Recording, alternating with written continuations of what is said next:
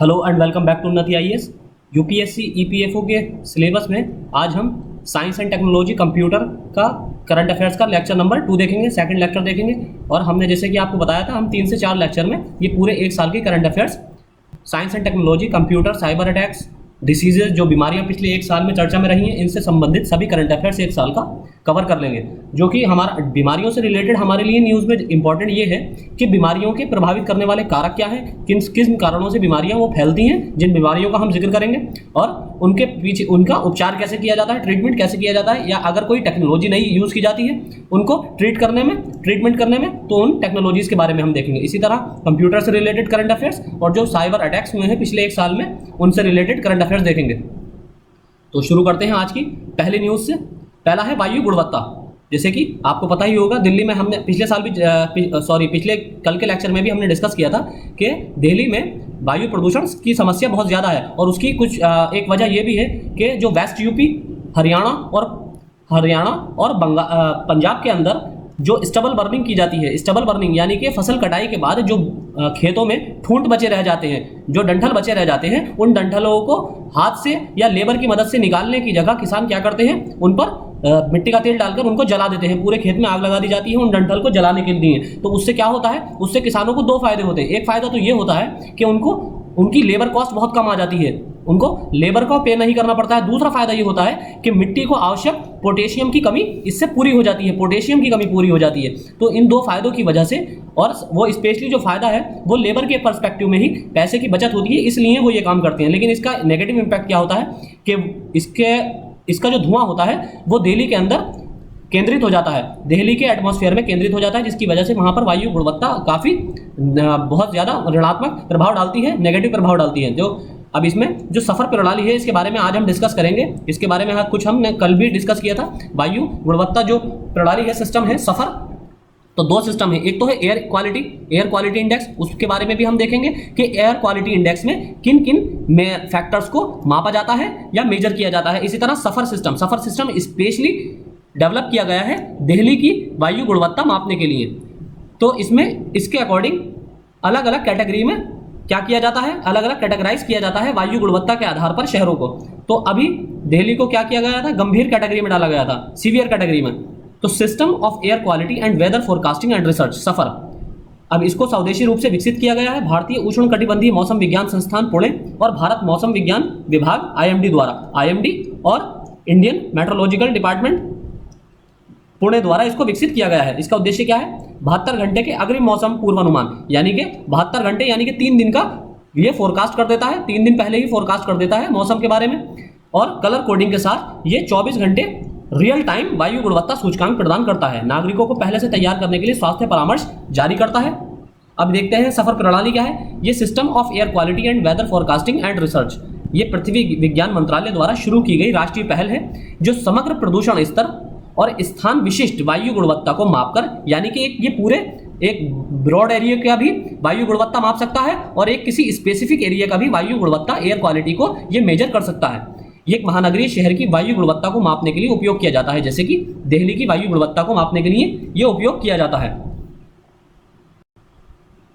आगे क्या है इसमें एक विशाल 2 कलर एलईडी डिस्प्ले होती है, जो कलर कोडिंग के साथ 24 घंटे के आधार पर 24 घंटे आपको रियल टाइम वायु गुणवत्ता सूचकांक बताता है, यानी कि रियल टाइम ये क्या करता है, एयर क्वालिटी इंडेक्स बताता है। परियोजना का अंतिम उद्देश्य अपने शहर में वायु गुणवत्ता के बारे में आम जनता के बीच जागरूकता बढ़ाना है।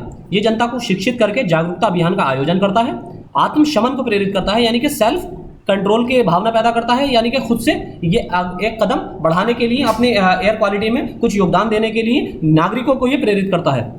आगे अब इसमें देखेंगे हम कि सफर दिल्ली में संचालित भारत की पहली वायु गुणवत्ता पूर्व चेतावनी प्रणाली का एक अभिन्न अंग है। अब हम देखेंगे कि इसमें किस किस फैक्टर्स को या पैरामीटर्स को मापा जाता है, और इससे एक बार यूपीएससी ने क्वेश्चन ऑलरेडी पूछा जा चुका है कि एयर क्वालिटी सफर सिस्टम के अंतर्गत किन किन प्रदूषकों को मापा जाता है। तो किन प्रदूषकों को मापा जाता है, PM 2.5, PM 10 यानी कि particulate matter 2.5, particulate matter 10, ozone, carbon monoxide, nitrogen oxide, sulphur dioxide, benzene, toluene, xylene और मरकरी, ये टोटल 10 है। 10 वायु प्रदूषक हैं, एयर पॉल्यूटेंट्स हैं। इन एयर पॉल्यूटेंट्स को सफर सिस्टम के अंतर्गत मापा जाता है। ये देख लीजिए आप, PM2.5, PM10, ozone, carbon monoxide, nitrogen dioxide, nitrogen oxide, sulphur dioxide और आपका बेंजीन, टॉल्यूइन, जाइलिन और मरकरी, ये 10 हमारे एयर पॉल्यूटेंट्स हैं जिनको इसके द्वारा मापा जाता है। अब देखते हैं एयर क्वालिटी इंडेक्स। ये दैनिक वायु गुणवत्ता की रिपोर्टिंग के लिए एक सूचकांक है। ये उन स्वास्थ्य प्रभावों पर केंद्रित है जो प्रदूषित हवा में सांस लेने के कुछ घंटों या दिनों के भीतर अनुभव हो सकता है। अब AQI की गणना 8 प्रमुख वायु प्रदूषकों के लिए आधार पर की जाती है। एयर क्वालिटी इंडेक्स की गणना किस आधार पर की जाती है? 8, इसमें मेनली कितने हैं प्रदूषक एयर पॉल्यूटेंट्स हैं? 8 एयर पॉल्यूटेंट्स हैं। और सफर सिस्टम में कितने हैं?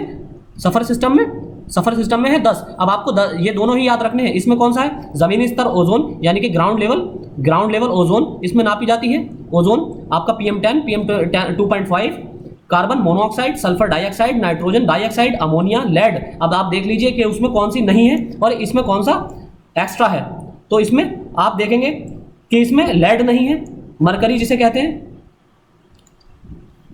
इसमें लेड इंक्लूड है और बाकी जो 2 एक्स्ट्रा है वो आप पीछे देख सकते हैं। ग्राउंड लेवल ओजोन और एयरबोर्न पार्टिकुलेट्स 2 ऐसे प्रदूषक हैं जो भारत में मानव स्वास्थ्य के लिए सबसे बड़ा खतरा है। अगली न्यूज़ है हमारी बहुत इंपॉर्टेंट, डाइकेन मस्कुलर डायस्ट्रॉफी, DMD, डिक्वेने मस्कुलर डायस्ट्रॉफी। इसको कुछ भी प्रोनाउंस कर सकते हैं हम, डचेन भी कह सकते हैं या ड्यूकेने भी कह सकते हैं, ड्यूकेने मस्कुलर डायस्ट्रॉफी। तो हमारे लिए इंपॉर्टेंट ये है कि ये क्या है, कौन सी बीमारी है, किस तरह प्रभावित करती है, किसको प्रभावित करती है। तो IISc बेंगलुरु में सहायक प्रोफेसर संदीप ईश्वरप्पा ने डाइकेन मस्कुलर डायस्ट्रॉफी के लिए नया आनुवांशिक उपचार प्रदान करने का प्रस्ताव रखा है। तो अब आपके लिए इंपॉर्टेंट ये है कि ये बीमारी है क्या, डाइकेन मस्कुलर डायस्ट्रॉफी, DMD। ये एक गंभीर प्रकार का मस्कुलर डायस्ट्रॉफी है, यानी कि ये मांसपेशीय विकार है। ये मांसपेशीय विकार है, ये याद रखिए इसको। इसी तरह के बिल्कुल की पॉइंट्स पर आपको UPSC फोकस करती है और कंफ्यूज करने की कोशिश करती है। ये मस्कुलर डायस्ट्रॉफी है, मुख्य रूप से लड़कों को प्रभावित करती है। यानी कि देखिए ये भी कह सकते हैं कि ये केवल लड़कों को प्रभावित करती है। इस तरह का भी स्टेटमेंट UPSC दे सकती है, लेकिन ये क्या है, मुख्य रूप से, मेनली, यानी कि जनरली, सामान्यतः ये लड़कों को प्रभावित करती है, लेकिन ऐसा नहीं है कि लड़कियों को प्रभावित ना करती हो। दोषपूर्ण जीन की एक प्रति महिलाओं में हल्के लक्षण दिखाई दे सकते हैं, यानी कि इसके हल्के लक्षण महिलाओं में भी दिखाई दे सकते हैं, लड़कियों में भी दिखाई दे सकते हैं, लेकिन ये जनरली या मेनली कहें तो ये लड़कों को प्रभावित करती है। मांसपेशियों की कमजोरी आमतौर पर 4 साल की उम्र के आसपास शुरू होती है और इससे जल्दी ही मांसपेशियां खराब हो जाती हैं। मांसपेशियों की हानि आमतौर पर जांघों में होती है, यानी कि थाइज में होती है, शिरोणी जो आपकी कोक होती है, यानी कि कमर के पीछे का हिस्सा, और उसके बाद बाहों में, यानी कि आर्म्स में। ये आर्म्स पिट को ये नुकसान पहुंचाती है, जैसे कि आप देख सकते हैं आर्म्स में होती है, कोक में इस जगह पर होती है, पीछे कमर के पीछे, और आपका जांघों में यानी कि थाइज में। इस तरह की ये 3 तरह के फेलियर मांसपेशियों में करती है। अगली न्यूज है रियल मैंगो, बहुत इंपॉर्टेंट न्यूज। इसी तरह के कुछ फैक्ट्स आएंगे, इसी तरह के टर्म्स आपसे एग्जाम में पूछी जा सकती हैं कि हाल ही में चर्चा में रहा रियल मैंगो क्या है, या रियल मैंगो के संदर्भ में सही कथन चुनिए। और आप में से, और UPSC ये जानती है कि आप गलती कहां करेंगे, इसलिए UPSC आपको ऑप्शन भी इसी तरह के देगी कि ये बिहार का एक आम की नई प्रजाति है जिसको हाल ही में GI टैग प्रदान किया गया है, और आप फौरन टिक लगाकर आ जाएंगे और फेल हो जाएंगे और फिर EPFO की अगली बार के नोटिफिकेशन की तैयारी या इंतजार करेंगे।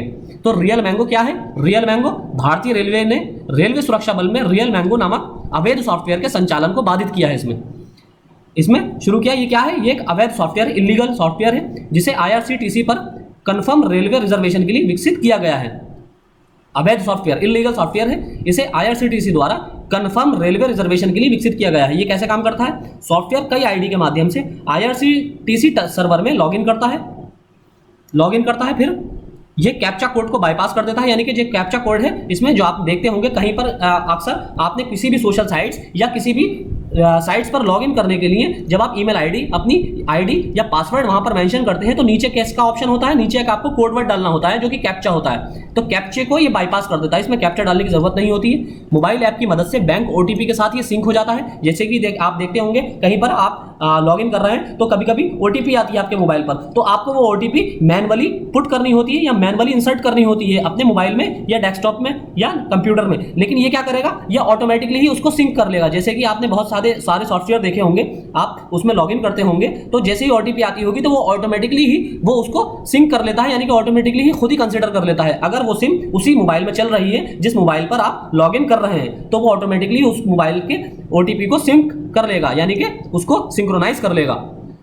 तो यही काम ये मैंगो सॉफ्टवेयर भी करता है, इसे स्वचालित रूप से टिकट बुक करने के लिए अपेक्षित फॉर्म में फीड करता है। ये फॉर्म में यात्री और भुगतान विवरण भी ऑटोमेटिकली ही भर देता है और पूरी प्रक्रिया को एक त्वरित यानी कि जल्दी और कम समय में लेने वाली प्रक्रिया बनाता है। ये भारतीय रेल टिकट बुकिंग की पूरी प्रक्रिया को तेज गति से करता है। इस कदम के लाभ क्या है? आरपीएफ द्वारा दी गई जानकारी से रेलवे सूचना प्रणाली केंद्र क्रिस, रेलवे सूचना प्रणाली केंद्र, इसको यात्री आरक्षण प्रणाली में सुरक्षा सुविधाओं को मजबूत करने में मदद मिलेगी। अब इसको भी देख लेते हैं एक बार हम कि क्रिस क्या है। रेलवे सूचना प्रणाली केंद्र, centre for railway information system. यह रेल मंत्रालय ने जुलाई 1986 में सोसाइटी के रूप में क्रिस की स्थापना की। यह भारतीय रेलवे की सूचना प्रौद्योगिकी या आईटी शाखा है। इसका मुख्यालय कहाँ है? नई दिल्ली। कार्य क्या है? यह भारतीय रेलवे के कार्यों जैसे यात्री टिकटिंग, माल ढुलाई, संचालन, ट्रेन प्रेक्षण, ट्रांसमिशन और नियंत्रण, कंट्रोल, चालक दल प्रबंधन और ई खरीद यानी कि इलेक्ट्रॉनिक खरीद आदि का कार्य करता है। अगली न्यूज है हमारी भारतीय ब्रेन टेम्पलेट। बहुत इंपॉर्टेंट न्यूज है इस बार। ये इंडियन ब्रेन टेम्पलेट आपके लिए एग्जाम पर्सपेक्टिव से बहुत ज्यादा इंपॉर्टेंट है साइंस, जनरल साइंस के टॉपिक्स में। राष्ट्रीय मानसिक स्वास्थ्य और तंत्रिका विज्ञान संस्थान निमहंस, इसने भारतीय मस्तिष्क टेम्पलेट और एक मस्तिष्क एटलस विकसित किया है। अब ये ब्रेन टेम्पलेट होता क्या है? अब आपसे इसी तरह के क्वेश्चन पूछे जाएंगे कि बेसिक जो कॉन्सेप्चुअल जो क्वेश्चन है वही यूपीएससी ज्यादा फोकस करती है और साथ में स्टेटमेंट में करंट का भी स्टेटमेंट डाल देती है। इसलिए यूपीएससी का पेपर कंपैरेटिवली और एग्जाम्स बॉडी की तुलना में ज्यादा टफ हो जाता है, क्योंकि वो कॉन्सेप्ट और करंट दोनों को एक साथ मिक्स करके पूछती है।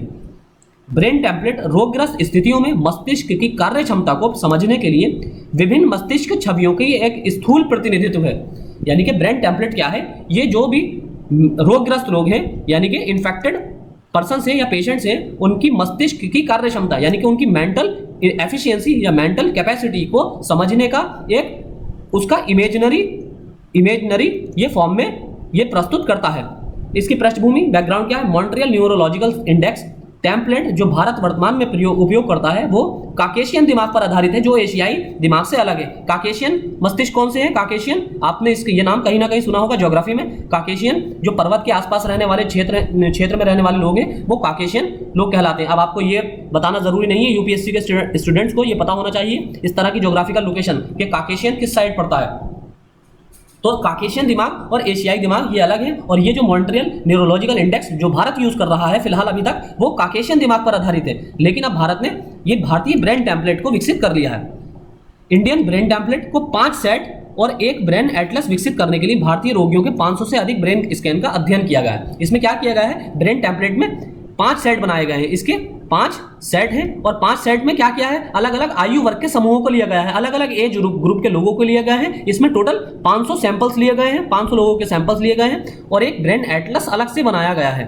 एक ब्रेन एटलस बनाया गया है। आईबीटी यानी कि इंडियन ब्रेन टेम्पलेट एक पैमाना प्रदान करता है जो भारतीय मस्तिष्क को मापेगा। यानी कि ये एक तरह का पैरामीटर होगा, ये एक पैरामीटर होगा। ये स्वस्थ लोगों का जांचा, ये जो 5 लोगों का सेट लिया है, 5 अलग अलग एज ग्रुप के लोगों के जो 5 सेट बनाए हैं, ये कौन है? ये वो लोग होंगे जिनका मस्तिष्क बिल्कुल सही है, यानी कि जो बिल्कुल नॉर्मल कंडीशन के लोग हैं जैसे आप और हम, इस तरह के लोगों के सैंपल्स लिए गए हैं। तो ये एक क्या करेगा? ये एक पैमाना बनाएगा, ये एक पैरामीटर का काम करेगा कि जब भी वो किसी बीमारी, मस्तिष्क की बीमारी से ग्रस्त लोगों के दिमाग की जांच करेंगे, एफिशिएंसी देखेंगे, तो उसको इस पैमाने के आधार पर, इस पैरामीटर के आधार पर उसको कंपेयर किया जाएगा। ये इसलिए इसकी ये सेट बनाया गया है। तो जब अधिकांश ब्रेन स्कैन किए जाते हैं तो उनकी तुलना में एक मानक ब्रेन टेम्पलेट या एक मॉडल या मानक से करने की आवश्यकता होती है। जैसे कि हमने आपको बताया, अगर आप कंपेयर करेंगे तो किसी चीज से ही कंपेयर करेंगे ना। अगर आप ये कह रहे हैं कि राजू पढ़ने में अच्छा है, तो इसका मतलब या कहीं ना कहीं आप इनडायरेक्टली किसी से कंपेयर कर रहे हैं। यानी कि अगर राजू को आप पढ़ने में अच्छा बता रहे हैं तो इसका मतलब आप राजू को इनडायरेक्टली किसी से कंपेयर कर रहे हैं। तो राजू किसी से तो अच्छा ही है ना, जब भी तो आपने अच्छा कहा। तो इस तरह अगर आपको वो एफिशिएंसी देखनी है किसी मेंटल डिसऑर्डर वाले पर्सन्स की, तो उनकी एफिशिएंसी कैसे देखी जाएगी? उनकी एफिशिएंसी किसी स्वस्थ व्यक्ति के मस्तिष्क से तुलना की जाएगी ना, तभी तो एफिशिएंसी का पता लगेगा कि एफिशिएंसी कितनी कम है। तो इसलिए जो पैरामीटर बनाया गया है, ये पैरामीटर इसी चीज का काम करेगा, ये एक तरह से तुलना करने का काम करेगा।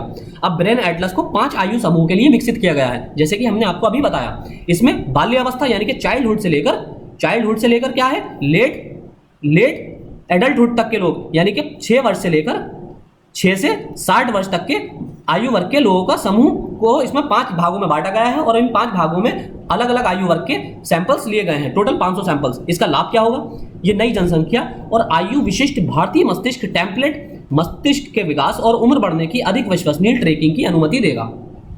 अगली न्यूज़ है हमारी विशाल रेडियो आकाश गंगाएं। बहुत इंपॉर्टेंट न्यूज़ है क्योंकि स्पेस टेक्नोलॉजी से रिलेटेड क्वेश्चन जरूर पूछा जाता है, यूपीएससी जरूर फोकस करती है स्पेस टेक्नोलॉजी पर।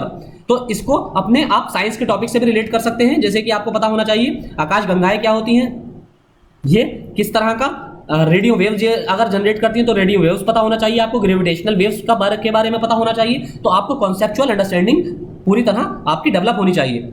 तो विशाल रेडियो आकाश गंगाएं, जाइंट रेडियो गैलेक्सीज, अभी ब्रह्मांड में विशाल रेडियो आकाश गंगाओं का सबसे बड़ा नमूना खोजा गया है। तो आपके लिए इंपॉर्टेंट क्या है यहाँ इसमें, ब्रह्मांड में अरबों आकाश गंगाएं हैं, लेकिन सभी के केंद्र में सुपर मैसिव ब्लैक होल होता है। आपको ब्लैक होल के बारे में भी पता होना चाहिए, यूपीएससी 2018 या 19 में ब्लैक होल से क्वेश्चन पूछ चुकी है। तो इसी तरह के बिल्कुल कॉन्सेप्चुअल क्वेश्चन पूछे जाते हैं यूपीएससी के द्वारा।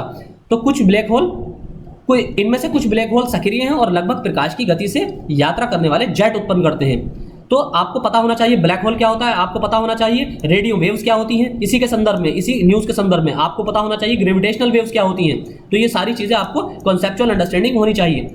ये जेट रेडियो प्रकाश में या विद्युत चुंबकीय स्पेक्ट्रम के रेडियो तरंग दैर्ध्य पर दिखाई देते हैं। ऐसी आकाशगंगाएं जिनमें सक्रिय ब्लैक होल उच्च गति वाले जेट की शूटिंग करते हैं रेडियो आकाशगंगाएं कहलाती हैं। और एक रेडियो आकाशगंगा विद्युत चुंबकीय विकिरण या रेडियो तरंगों का एक मजबूत स्रोत होता है। अब विशाल रेडियो आकाशगंगाएं क्या हैं?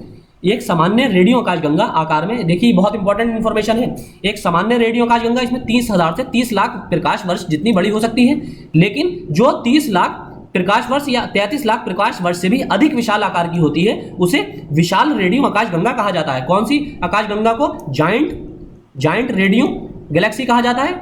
ऐसी आकाशगंगा जो 33 लाख प्रकाश वर्ष से ज्यादा बड़ी होती है, यानी कि 33 लाख लाइट ईयर से ज्यादा बड़ी जो होती है, ऐसी आकाशगंगा को, ऐसी गैलेक्सी को जायंट रेडियो गैलेक्सीज कहा जाता है।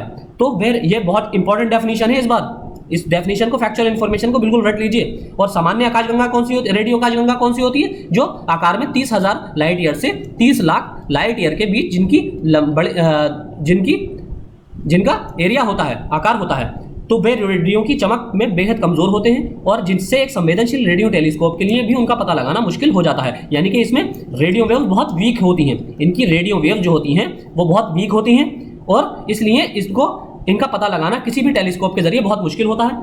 विशाल रेडियो आकाशगंगाएं ब्रह्मांड में ज्ञात सबसे बड़ी आकाशगंगा है। तो पहला जीआरजी यानी कि पहली जायंट रेडियो गैलेक्सीज कब खोजी गई थी? 1974 में। और जीआरजी केवल रेडियो दूरबीनों से ही देखी जा सकती है, इनको केवल रेडियो टेलीस्कोप के माध्यम से ही देखा जा सकता है। अगली न्यूज़ है हमारी इसमें, शुक्र ग्रह पर फॉस्फीन गैस। तो हमारे लिए फॉस्फीन गैस इंपॉर्टेंट है।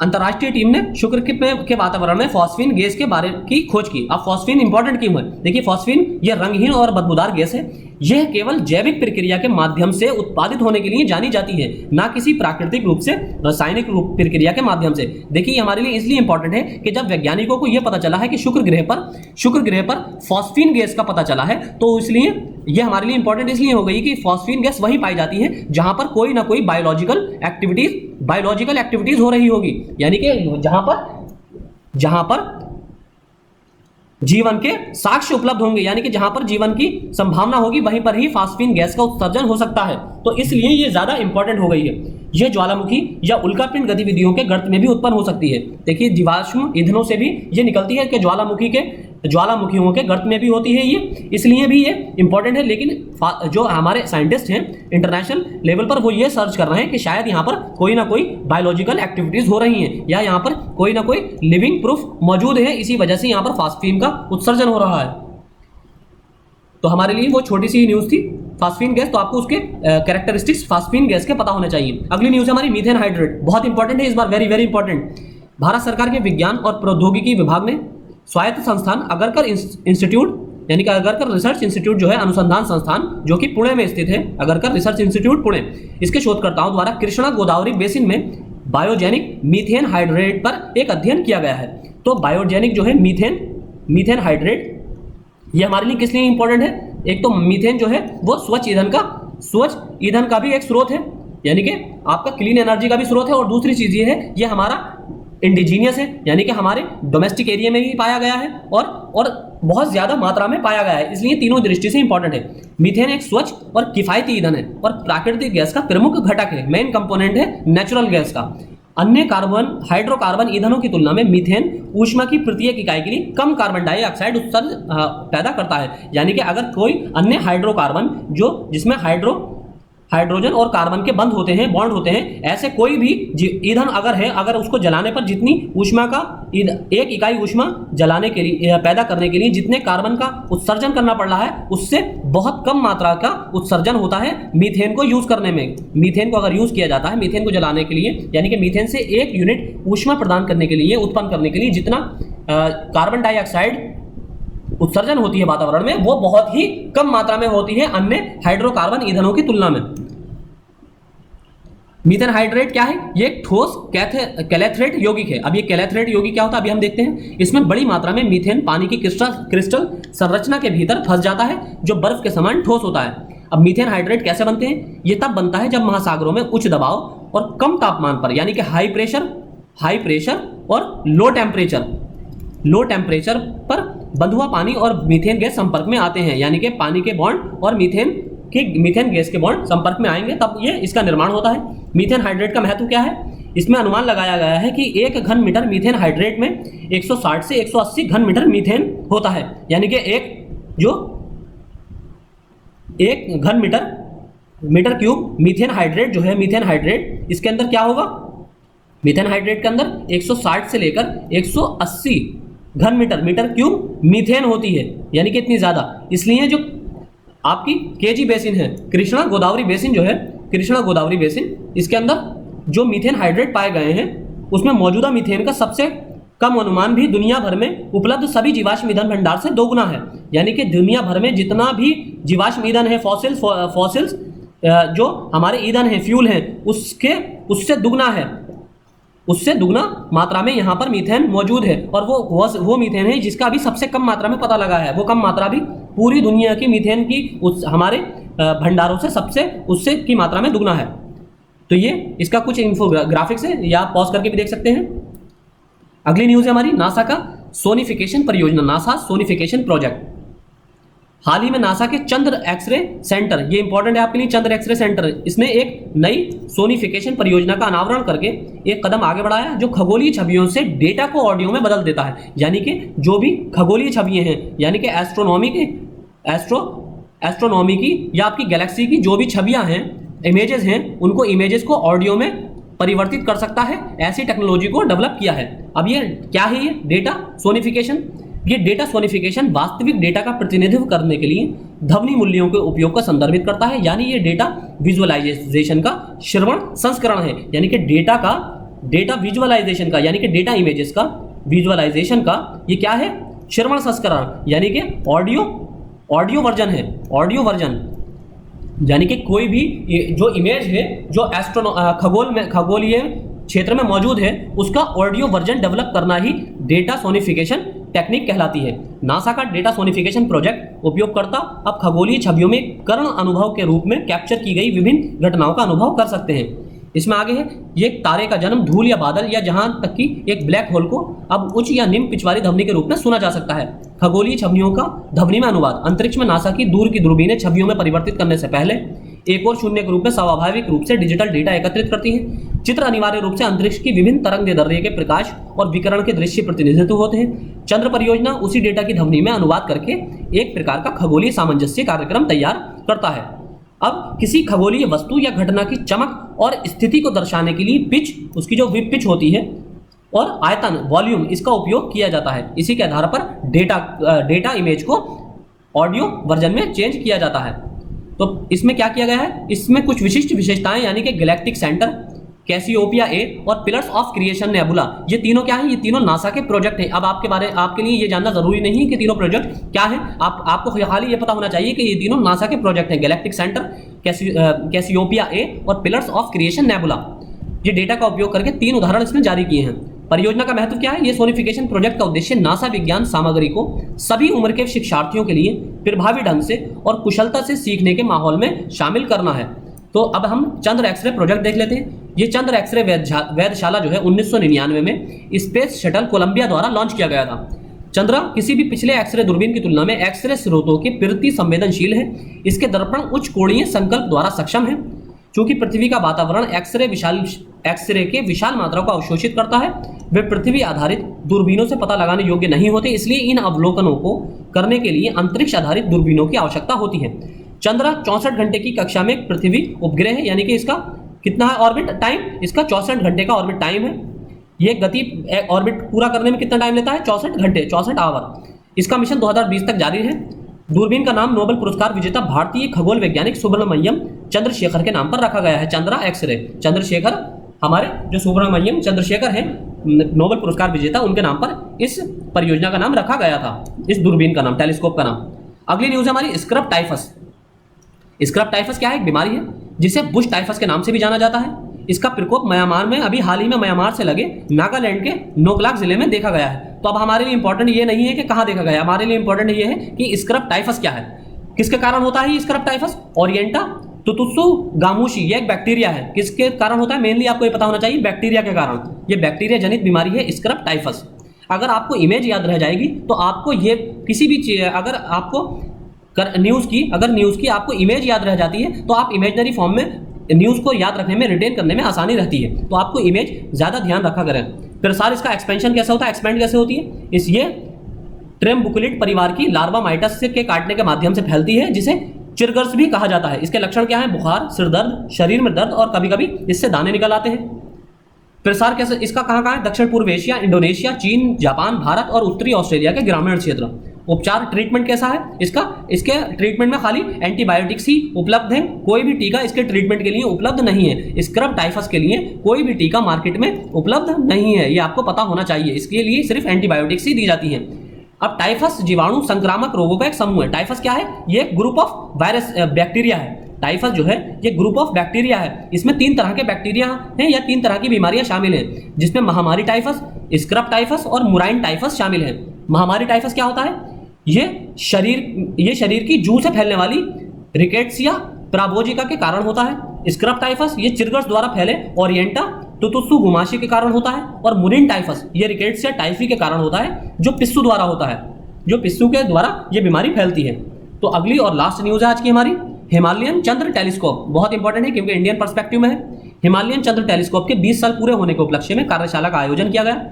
इसका स्थान यानी कि ये कहाँ पर हमारी लोकेटेड है, हिमालयन चंद्र टेलीस्कोप, जैसे कि नाम से ही पता चल रहा होगा कि हिमालयन रीजन में है। ये भारतीय खगोलीय वेधशाला माउंट सरस्वती, दिगपा रत्सा री, हनले लद्दाख में स्थित है। हनले लद्दाख में ये स्थित है। संचालन ऑपरेटिंग किसके द्वारा की जाती है इसकी, ये centre for research and education in science and technology, Indian institute of astrophysics Bangalore से एक समर्पित उपग्रह संचार लिंक का उपयोग करके दूर से संचालित होती है, यानी कि ये रिमोट से संचालित होती है। टेलीस्कोप का उपयोग एक्स्ट्रा सोलर ग्रहों का अवलोकन करने के लिए किया जाता है। एक्स्ट्रा सोलर कौन से होते हैं, जो हमारे सोलर सिस्टम से बाहर के ग्रह हैं, ऐसे ग्रह यानी कि ऐसे प्लैनेट जो हमारा जो सोलर सिस्टम है, इस मिल्की वेज से बाहर के सोलर सिस्टम में स्थित प्लैनेट्स का अध्ययन करने के लिए किया जाता है इसका उपयोग। ये हमारे सौरमंडल में घूमने वाले धूमकेतु और क्षुद्र ग्रहों की भी तलाश करता है, यानी कि उनके बारे में भी पता लगाता है। तो आपको ये की पॉइंट्स पता होना चाहिए। मैं बार बार आपसे हर लेक्चर में यही बताता हूं कि आपको की पॉइंट्स पर बहुत फोकस करना होता है कि इस टेलीस्कोप का उपयोग किस लिए किया जाता है, एक्स्ट्रा सोलर ग्रहों का अवलोकन करने के लिए। तो यही ऐसे ही की पॉइंट्स को फोकस कर लेती है यूपीएससी। एक्स्ट्रा सोलर का मतलब यही होता है कि आपका जो मिल्की वेज है, जिस मिल्की वेज में आप रहते हैं, हमारी जो अर्थ है, ये किसका हिस्सा है, ये मिल्की वे का हिस्सा है। गैलेक्सी कौन सी है, मिल्की वे, आकाशगंगा का जो हिस्सा है हमारा। तो इससे बाहर की जो हमारी सोलर सिस्टम है, उस सोलर सिस्टम के अंदर जो प्लैनेट हैं, उनके बारे में ये अध्ययन करता है या उनके बारे में अवलोकन करता है। तो आज के लेक्चर में इतना ही है। अगला लेक्चर हमारा कल आएगा। तो आज के लेक्चर में इतना ही। Thank you.